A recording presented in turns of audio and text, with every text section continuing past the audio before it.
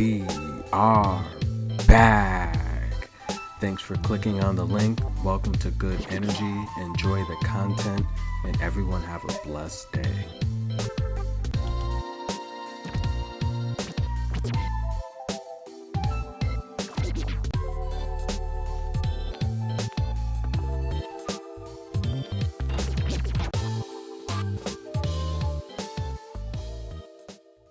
And we are back. Thanks guys for clicking on the link. Please hit the subscribe button. Please hit the like button. Please comment below. And we are taking a look at the Sydney Tennis Classic. That's right. This is in Sydney, Australia. Getting the ladies ready for the Australian Open. However, this is a 500 level tournament. So the best of the best are here. Garbiñe Muguruza, after having the bye, she looked really good against Ekaterina Alexandrova. Alexandrova struggling early on. We saw the very bad loss to Leylah Fernandez. She was able to get by Shibahara, but Garbiñe Muguruza just too much for her. Garbiñe would win that match in straight sets, 6-1 the first set. The second set was competitive. It went to a tiebreak. Garbiñe would advance 7-4. Barbara Krejcikova, one of my favorite players on tour. She's pretty technical. She's disciplined, good doubles player. She has good angles. Definitely needs to work on her serve a little bit for this year, as competition, as we see, is just getting tougher and tougher. But Barbara Krejcikova having the first round bye, as well as Garbiñe Muguruza. She's going to take on Christian. This match that's going to be played tonight. And Jacqueline Christian, age 23, she's from Romania. She, for the most part, she's been making a little bit of noise here. But she did really recently lose to Kanepi in 3 sets at the Somerset. Kanepi has a lot of power. She also lost to Alison Riss in the Upper Austria Ladies Linz tournament. So I don't think that Krejcikova is going to have a problem with Jacqueline, but we're going to have to see how Krejcikova looks. Krejcikova is the type of player with a point to prove, so I'm pretty sure she's going to make sure she comes in shape for this matchup, and that's going to be serving off pretty soon here. Paula Badosa. Paula Badosa, now we saw the rematch with Victoria Azarenka of the Indian Wells. Victoria Azarenka was able to get payback, which I knew would happen. That was on my Patreon, and that was a pretty good match there. But Paula Badosa started things off against Ostapenko. She won that match in straight sets, 7-6, and the second set was pretty not competitive at all. 6-1. Paula Badosa won the second set, and she advanced. Ostapenko, we know, the former Wimbledon Slam champion. She has power. We know Ostapenko doesn't want the long rallies. She wants to hit the winners with power, and she wants things to end short and sweet. If you can drag Ostapenko into 3 sets, or make her play from behind, the arrows start to rack up tremendously. And not to mention, she looks a little bit heavy, maybe 20-25 pounds overweight. And we're seeing that with a lot of the ladies early on this year. They're coming into the season. I'm not sure what was going on off season, but I don't know, maybe just enjoying time, relaxing, not thinking about tennis with such a grueling traveling schedule the last couple years, just enjoying family time. But we've seen it from a lot of the ladies, and we're going to see what's going to happen here. Elena Svetlana, she's heavy. Sofia Kenin's heavy. But Kontaveit, Annette Kontaveit, who did amazing things at the WTA finals. She took out Zhang in straight sets, 6-3, 6-3, having the luxury of serving first. And, it's always a luxury when you can serve first. And it really puts a lot of pressure on your opponent. And that's exactly what she did, wrapping that up in straight sets. Xiaowei Zhang, she's kind of at a crossroads. I mean, we can recall several tournaments, lower level tournaments, of course, 125 tournaments, where she was the top seed. Former ranked 23rd, couple titles on her belt, over 500 wins. She's kind of at a crossroads, where she hasn't beaten the top players consistently. Top 30 players, she just hasn't beaten them consistently lately, the last couple of years. So we'll kind of see what's next for her. Ons Jabeur, and we know Ons Jabeur, it was a shame she didn't make the finals, barely got taken out by Annette Kontaveit. But Sharma, the hometown lady, quick work of her, 6'1", 6'3". Ons Jabeur looks really, really good. And then she also took out Kvitova. And, that's another person that's kind of, there's been talks of retirement. We're not really sure what it's going to come of that. But nonetheless, Ons Jabeur, straight set, 6'4", 6'4", taking out Kvitova. And Kvitova, she's age 31 now. She, a great career so far. We saw her win the Wimbledon in 2011 and 2014. She finished at the finals at the Australian Open in 2019. And she's made the semifinalists twice at Roland Garros and quarterfinals twice at the US Open. In terms of Kvitova, she's still ranked 21st in the world, over 500 wins, 28 singles titles. Great career so far. We're just going to have to really, really see she's spoke about having children, and she kind of wants to do other things. So I don't know if, the focus is really there on tennis. But however, she, in these slams, she's proven she can go deep in these draws. But Ons Jabeur advanced there. Russ, we did see get eliminated. Russ, this is definitely a great chance for her. This tournament here, it was a great chance for her to do something. But Kvitova did take her out in 3 sets. It was a tough match, though. The third set, Kvitova barely squeaked it out, 7-5. But watch out for Russ this year. I think she, I think she could really do something this year.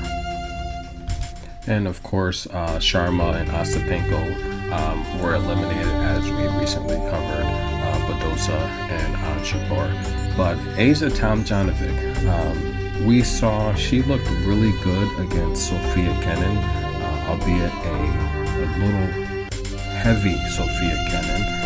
But nonetheless, Asa Tomljanovic looked really good. She just ran out of gas, and anyone that saw that match, it was a little sad to see her run out of gas like that, because you kind of felt she deserved to win that match. But nonetheless, Asa Tomljanovic, in just barely over an hour, made easy work of Smedlova in the round of 32.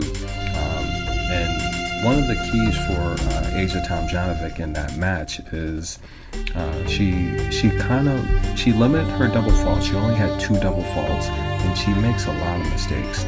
So anytime she can get out of a match with only 2 double faults the entire match, she's going to have a really good chance of winning.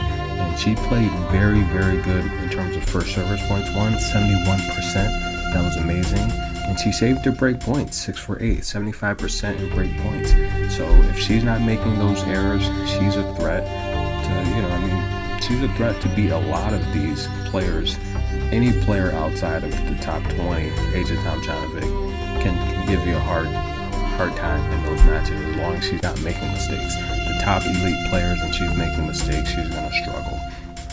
She's going to have a match coming up here against Paula Badosa, and that's going to be a good gauge of where she really is, because the Sofia Kenin match I thought was great, but Sofia Kenin was able to pull that out, being a little heavy and making a ton of mistakes in 3 sets. I think Paula Badosa will beat Tomljanovic tonight in straight sets, and that's probably the best play on the board tonight here, along with Barbara Krejcikova. But as we progress to the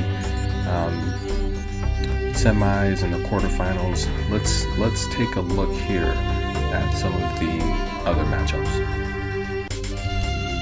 And of course, we know that Smedlova was eliminated by Tomljanovic. We know that Almost was eliminated by Dodin. And in terms, let's take a look at Belinda Bencic. Now, the gold medalist here of 2020, the Tokyo Games. I thought the U.S. Open was really hers. Till Raducanu came along and just stole that out of the blue. But Haddad Mia Bencic won that in straight sets, 6-3, 6-2. And Belinda Bencic looked really, really good in that matchup. Belinda Bencic is someone that can really, really cause problems to any one of these ladies at any given time. Belinda Bencic right now is playing Dodin, and Dodin, for the most part, I mean, she's ranked 96, 6 foot tall, so Belinda Bencic, comparable height. Belinda Bencic struggles playing a lot of the shorter players, quicker players. But this is a matchup, I think, once Bencic warms up. Bencic, sometimes it takes a few games for her to really warm up and find her rhythm, and I think once she does, I think that's a matchup she should advance in straight sets, but for the most part, she should win. And Bencic is potentially going to have a matchup with Paula Badosa, which I think that's going to be really, really good. I can't wait to see that. A lot of people are looking forward to that. That's going to be pretty exciting. And Katarzyna, she's going to be facing Garbiñe Muguruza, and of course she had the upset over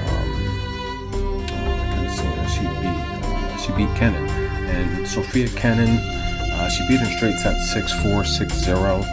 The second set was a complete donut.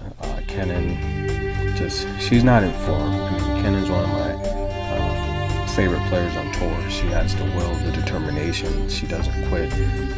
She doesn't stop fighting, and she's never really been the most athletic person, but her hustle and her guts, you can't underestimate that. And her ability to not beat herself with mistakes. Kenin doesn't really make a ton of mistakes. She keeps the ball in play. She transitions well from defense to offense, and as long as she's in form, she can really hang around with anyone, and we all know that.